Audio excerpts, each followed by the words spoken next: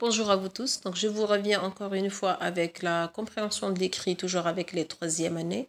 Donc, comme vous voyez, ce n'est pas mon travail, c'est le travail de Monsieur Meshoudi que j'adore. Vraiment, c'est un travail impeccable. Donc, je vous montre comment vous pouvez présenter cette leçon avec cette fiche-là. La fiche, bien sûr, vous pouvez la trouver sur sa page Facebook. Bien, donc, on commence par, bien sûr, la tâche, c'est rédiger des faits divers pour le journal ou le blog de l'école.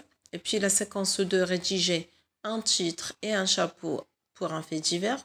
L'activité, c'est compréhension de l'écrit. L'objectif, bien sûr, à la fin de la séance, l'élève sera capable de lire et comprendre un fait divers ou un article de presse et repérer aussi les composantes et les parties du fait divers. Parce que là, maintenant, l'élève va découvrir le titre et le chapeau. Le support, donc, il est à la page 34. Il est très, très intéressant du manuel scolaire.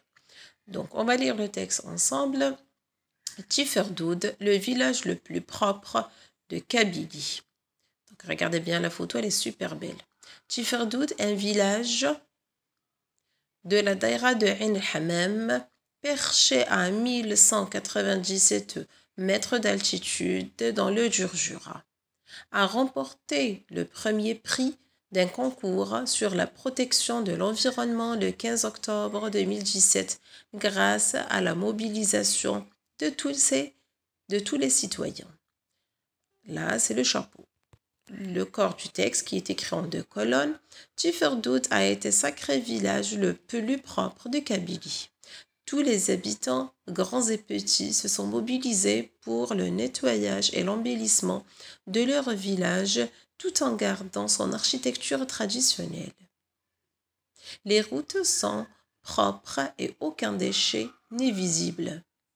Des poubelles ont été installées partout et les familles se sont mises au tri en séparant déchets biodégradables destinés au compostage et déchets d'emballage destinés au recyclage.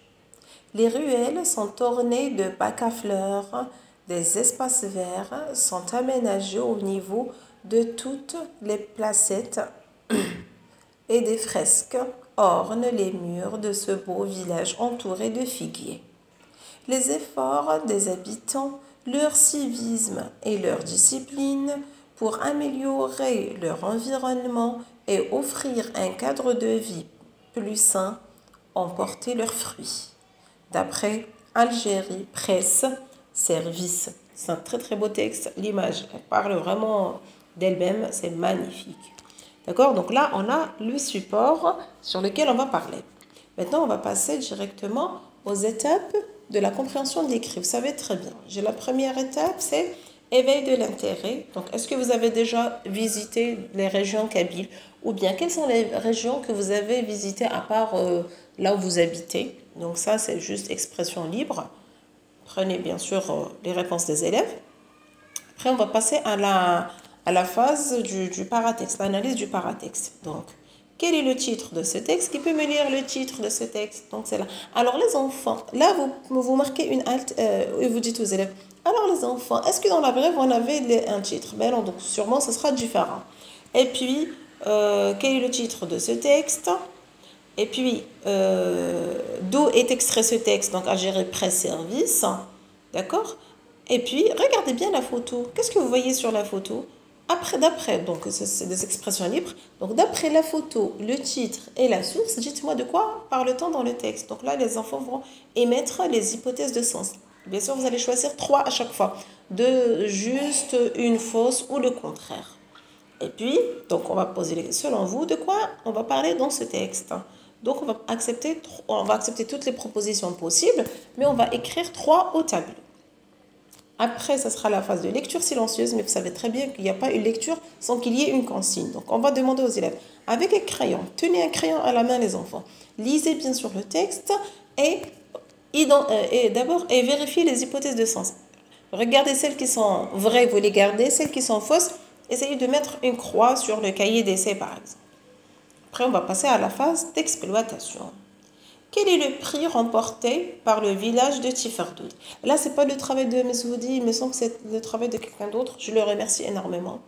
Donc, le prix d'un concours sur la protection de l'environnement. Quand cela s'est-il passé? Le 15 octobre 2017. Après, qui a participé à cette consécration? Ben, tous les habitants, grands et petits, ont participé à cette consécration. Relevez-moi la phrase qui le montre. À chaque fois, demandez aux élèves de revenir au texte. Et puis, dans quel paragraphe parle-t-on de l'embellissement du village? Donc, c'est le deuxième paragraphe.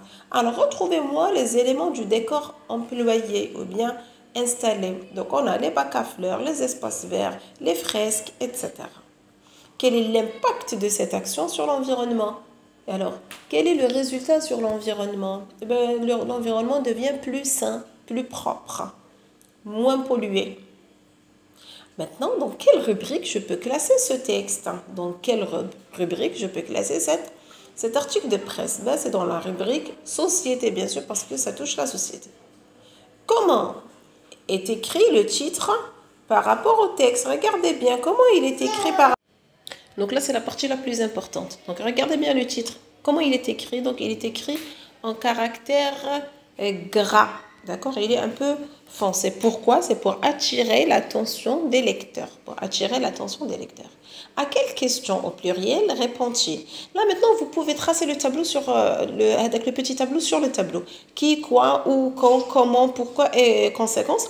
Et puis, ils vont trouver juste les réponses. Donc, le titre répond aux questions. Qui, quoi et où? Qui? Le village de Tiferdoud. Quoi est le plus propre?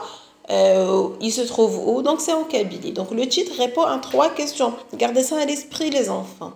Comment appelle-t-on le passage écrit en gras et en italique qui se trouve sous le titre? Donc, on appelle ça un chapeau. Alors, quelle est sa fonction, les enfants, à votre avis? À quoi il sert? Relisez le chapeau. À quoi il sert? Ben, il sert à résumer le texte. Alors, à quelle question au pluriel il répond-il? Est-ce qu'il répond aux mêmes questions que l'autre? Ben non, parce qu'il est plus long. Donc, il répond à plus de questions que le titre. Donc, il y a qui, quoi et où comme le titre. Mais on a aussi quand et on a le comment, la façon. Donc, on a le comment. Voilà. Donc, que représente ce texte? Alors, est-ce que c'est une brève? Est-ce qu'on est toujours dans la brève, les enfants? Non, ce n'est pas la brève. Alors, quelle est la différence? Ben, on a un titre, l'autre, il n'y a pas. Il est écrit en gras. On a un chapeau dans la brève, il n'y en a pas. Il résume le texte. Il répond aux questions qui, quoi, où, quand et comment. Donc, on appelle ça un article de presse ou bien un fait divers. Ce sont des synonymes. Soit un fait divers, soit un article de presse. Mais ils ont tous les mêmes catégories. Donc, ils peuvent faire partie d'un accident, méfait, catastrophe ou insolite. Et puis, ils ont les mêmes rubriques aussi. Pour la phase de synthèse, soit vous proposez ce petit passage, soit bien sûr le tableau. Moi, je préfère de loin le tableau. Donc, qui, quoi, où, je m'arrête pour qu'il trouve le titre. Après, je rajoute quand et comment, d'accord? Donc, ça serait beaucoup mieux de rajouter ça. Voilà, insistez beaucoup plus sur comment écrire un titre. D'accord? Est-ce qu'il y a un verbe conjugué dans le titre? Ben non, il n'y a pas. À quel temps sont conjugués les verbes? Alors, soulignez-moi les verbes conjugués. Ben, c'est toujours le passé composé. Alors, revenez au chapeau, les enfants. Regardez bien comment il est écrit. D'accord? Par rapport au corps du texte. Et puis, le texte en 2 colonnes aussi.